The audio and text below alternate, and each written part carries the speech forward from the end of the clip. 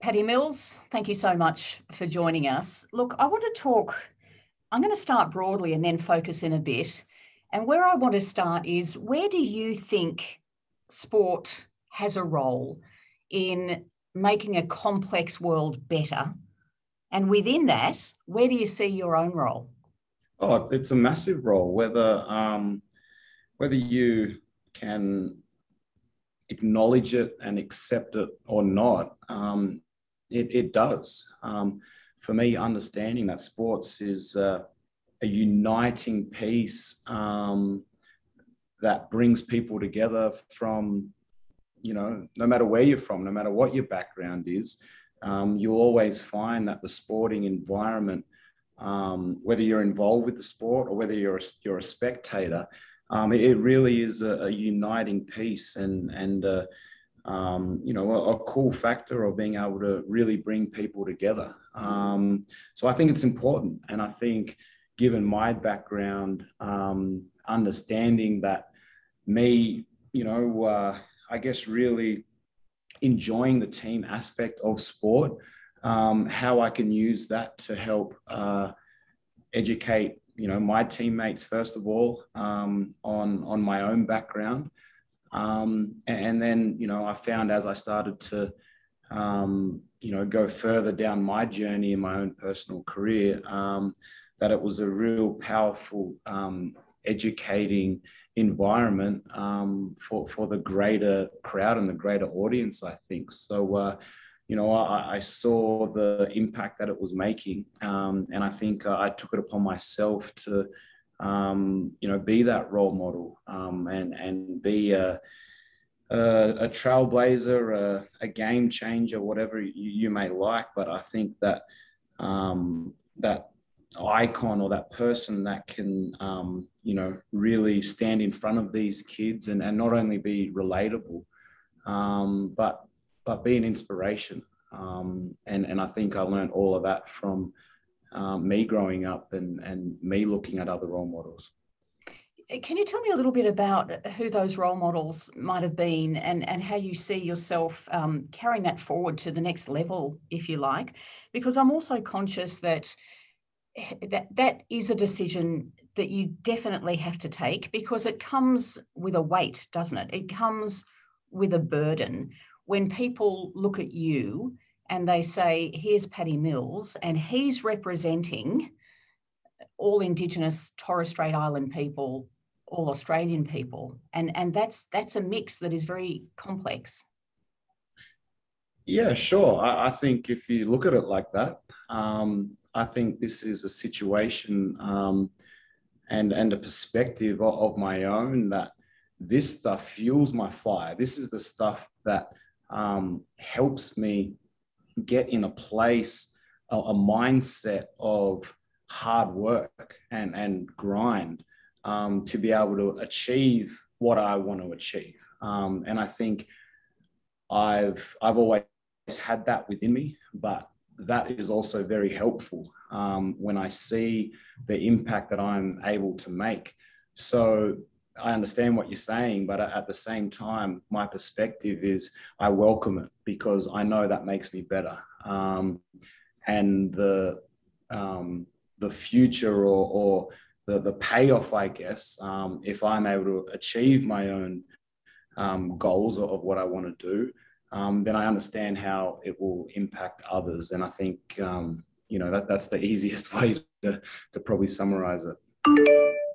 Can we talk about the moment you were asked whether you'd like to be a flag bearer? And I presume it's a conversation that you're asked about, in case, somebody might say, no, I don't want that pressure. I remember hearing stories of Kathy Freeman, what an honour to be able to light the cauldron in Sydney 2000. But then, like, the work, the added rehearsals, the focus that has to be put on that, and what that means as a lasting image being beamed around the world, and how that then impacts on what you're really there to do, and that is to perform on the running track or the basketball court, whatever. So were you asked, and what went through your mind with that initial conversation? Oh, yeah, it was it's an easy decision for me, like I said, and I think this is all part of the same conversation. But it is one of those things that you know, I'm very proud of who I am. I'm very comfortable in my own skin. I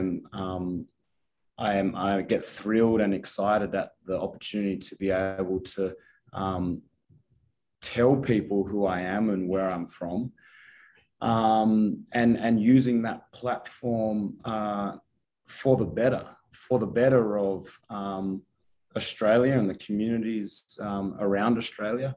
You know, and I look at it as a little bit of a classroom situation, right? And being able to continue to educate. So it's an easy one, I think. I think at the end of the day, I imagine little boys and little girls, whether they're at home or whether they're in the classroom or at school, and I can picture them and what they might feel or you know, react when they see someone like me being a representative of them. And at the end of the day, that's what it's all about, right?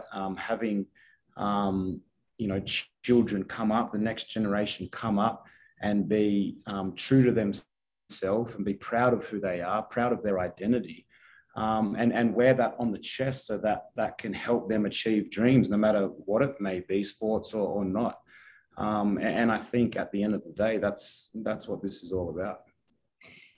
As you say, when people see you, younger ones coming through, they see you and they see what is possible, but they also see a confidence that not everybody has, and maybe any teenager could probably tell you that, you know, growing up, you go through hurdles. But I do remember reading about you commenting in an interview somewhere that when you started to learn about your parents' history and your mother being part of the stolen generations, and how that helped you find your strength or who you were. Can you tell me a little bit about that and about that path of discovery?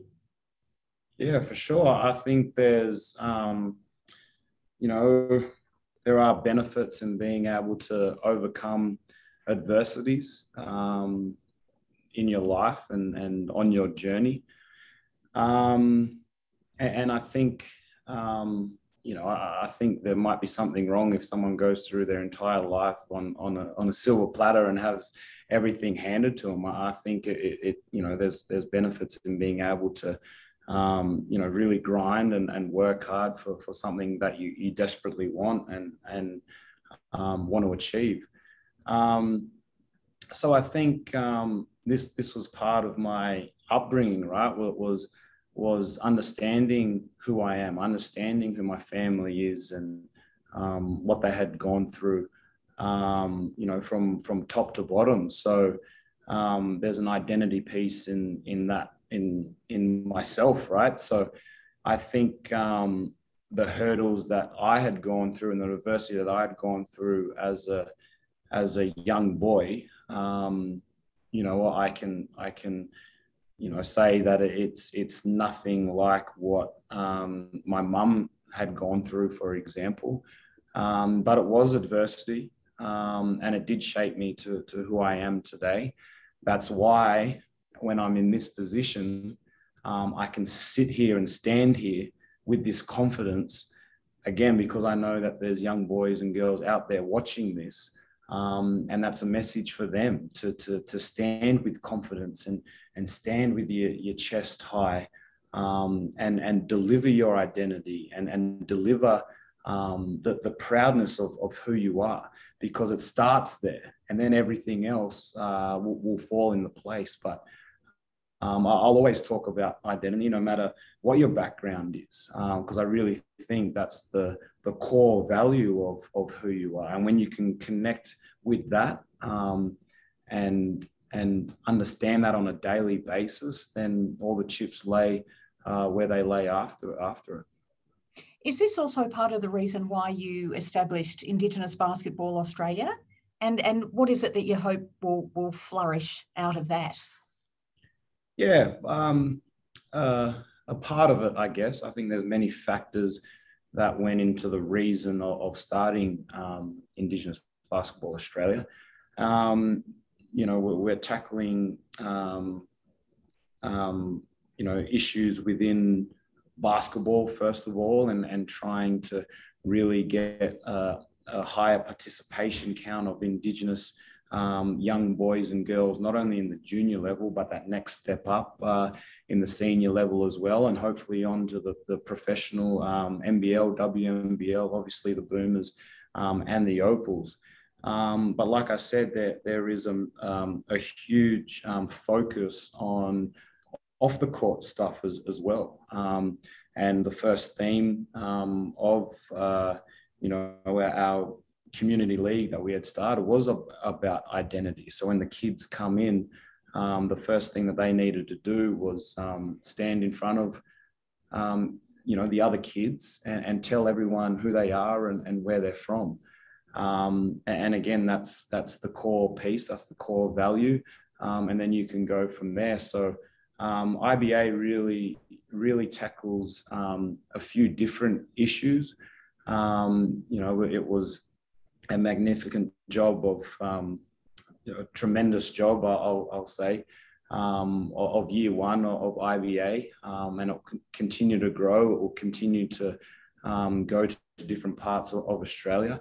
But I truly believe that this is something that can, the longevity of this thing can be around for a long time. It can help keep culture alive. We can start to go deeper in how this can help not only our culture, but how this can help, kids on a daily basis, whether it's with their confidence, whether it's with their, living right day to day. Can we get them off of the streets and into a program that they feel comfortable in, and around people of like-mindedness, so that they can really thrive in that environment. And I think, we can go down the rabbit hole of why this is good, but from a year one perspective and how IBA was able to, really succeed, has been really tremendous for me to see from afar. I know that some of the words associated around the role that you will have as a joint flag bearer in Tokyo, words like honour, a responsibility, inspiration, an enduring symbol.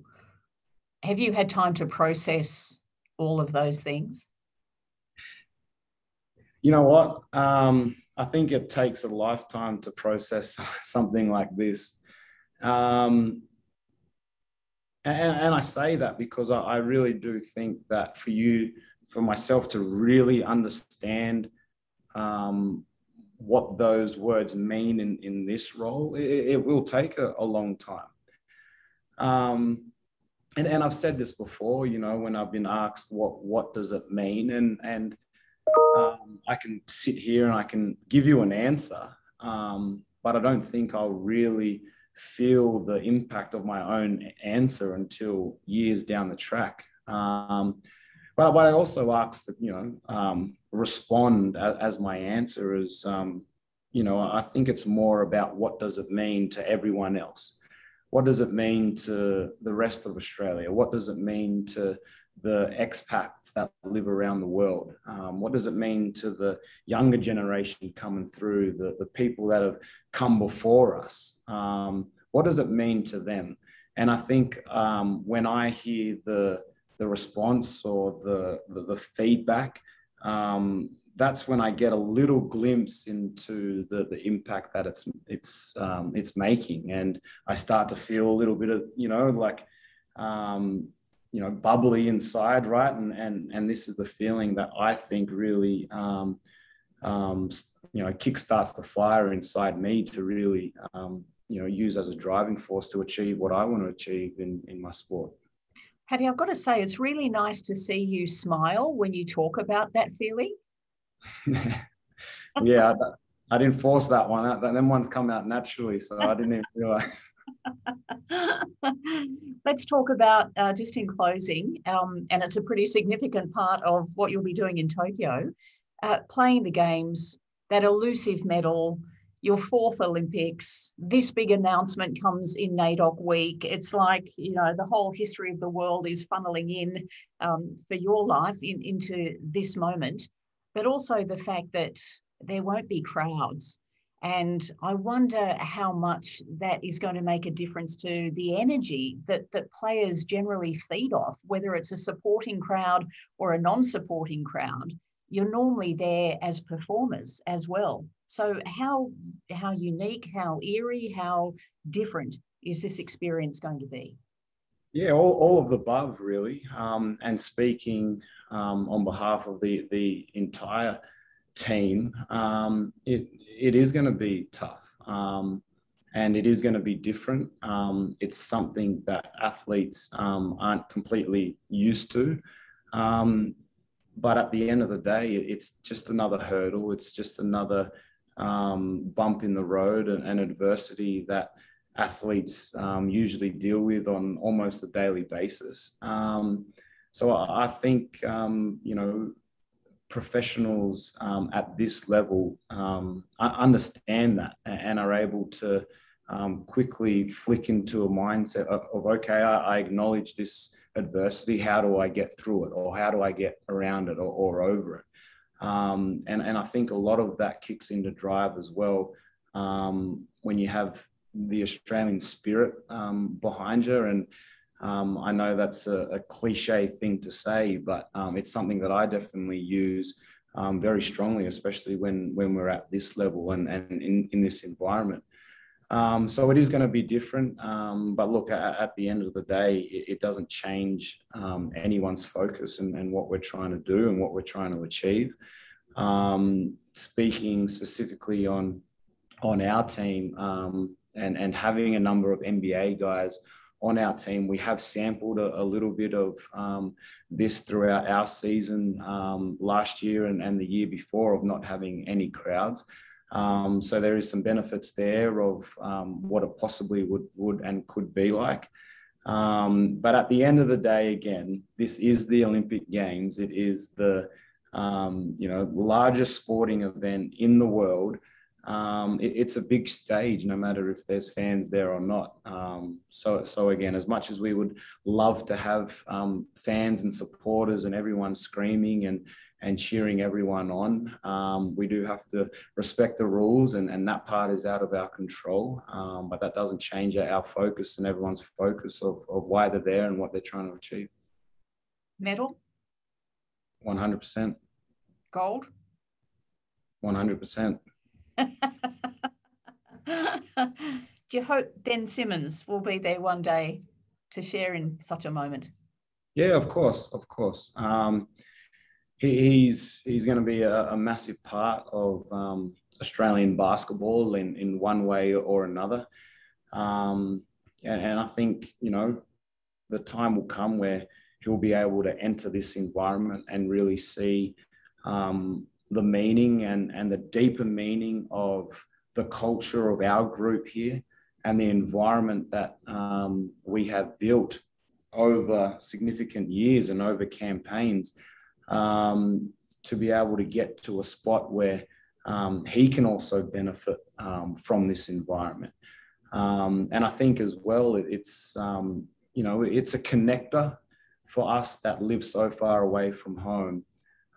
You walk into this environment and it brings you straight back home directly, no matter if we're here in Las Vegas or in California where we were last week.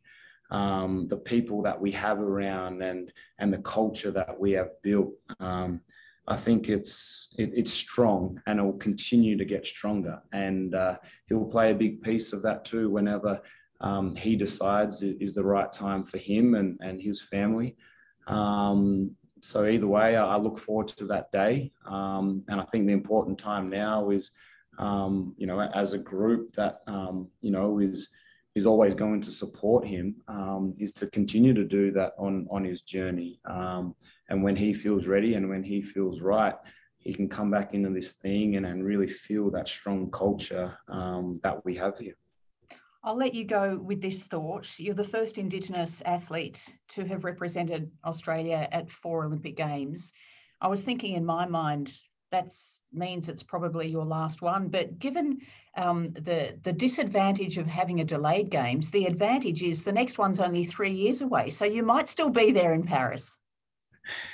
Yes. 3 years is definitely shorter than 4 years. But I think, I think my head is so, it's fair to say my head is definitely buried in the sand here, and what we're trying to achieve, that the future of my own career is, we'll cross that bridge when we get to it, because there's a lot of hard work. There's been a lot of ups and downs just to get to this point, right? Over the 3 already Olympics and World Cups and NBA career as well.